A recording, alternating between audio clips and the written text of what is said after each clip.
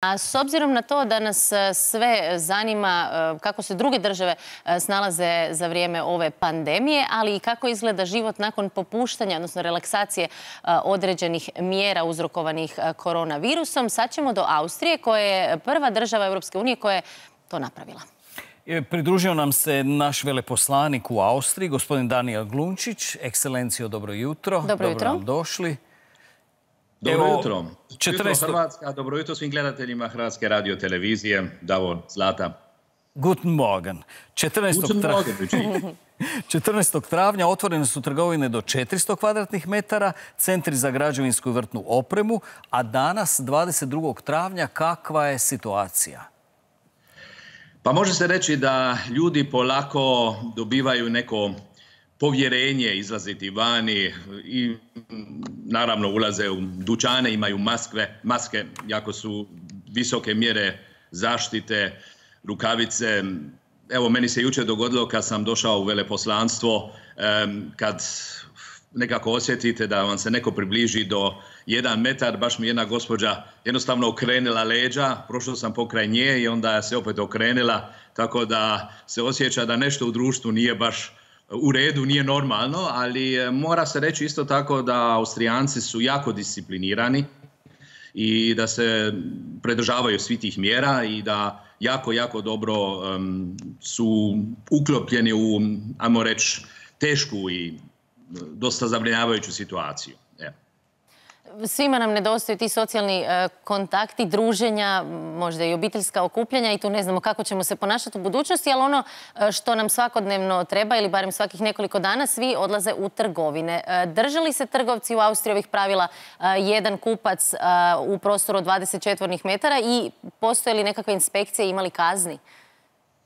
Ima kazni i oni su jako visoke, recimo ako se jedan vlasnik jedne trgovine ne pridržava tih mjera ili ako mu je zabranjeno da smije raditi, a on isto to napravi, onda može računati sa 30.000 eura kazne. A pojedinci ako na crno rade, na primjer u nekim trgovinama gdje je otvorena trgovina, oni isto mogu računati negdje do 3.600 eura kazne, a naravno vlasnici tih malih trgovina mogu isto računati negdje sa 3.600 ovih eura. Što se tiče manjih kazni, znači ako otidete u dućan i ne uzmete masku sa sobom, naravno da vas trgovci upozore i kažu morate staviti masku. A ako se to suprotivite ili na neki način u blizini bude policija, računajte negdje za 25 eura da će vas kazniti. A ako su okupljanja u parkovima negdje više od 5 ljudi, dođe policija i kaže evo morate se jednostavno skloniti, ne smijete biti u grupi, a isto vi to nastavite, računajte negdje o 50 eura po osobi. Evo. Od početka ove pandemije se puno spominju maske. Kod nas nema obaveze nošenja maske, kod vas ona postoji za odlazak u trgovinu.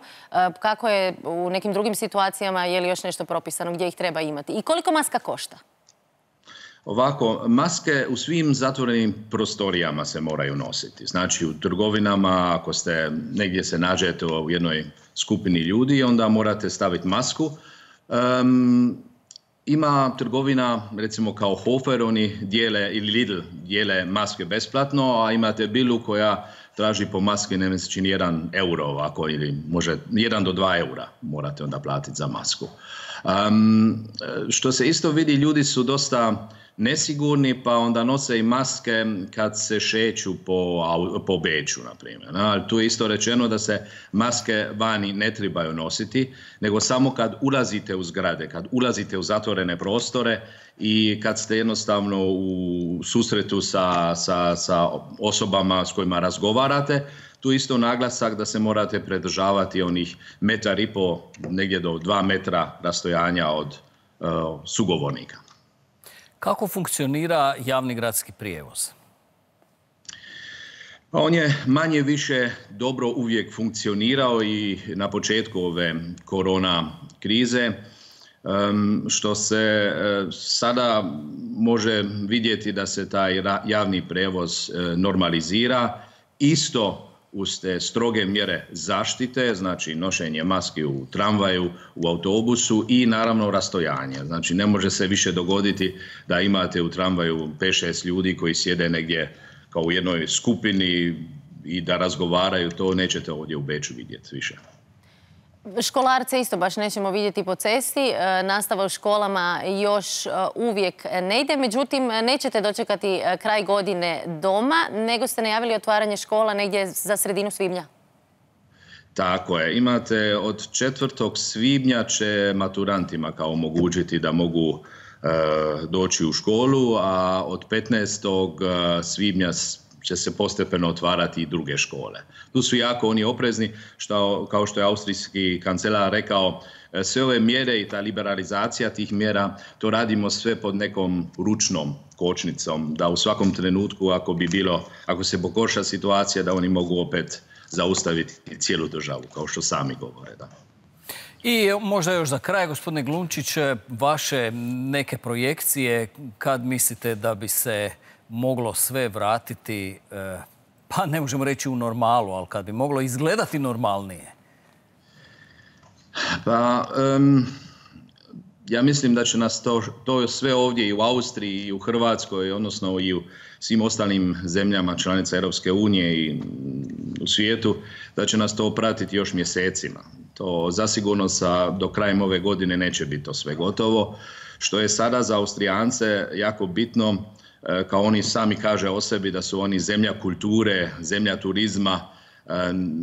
Rekli su da će otvoriti granice prema Njemačkoj, tako da bi Njemci postepeno mogli dolaziti u Austriju, možda u lipnju, u srpnju. Hoće li se to ostvariti? To stoji pod velikim upitnikom.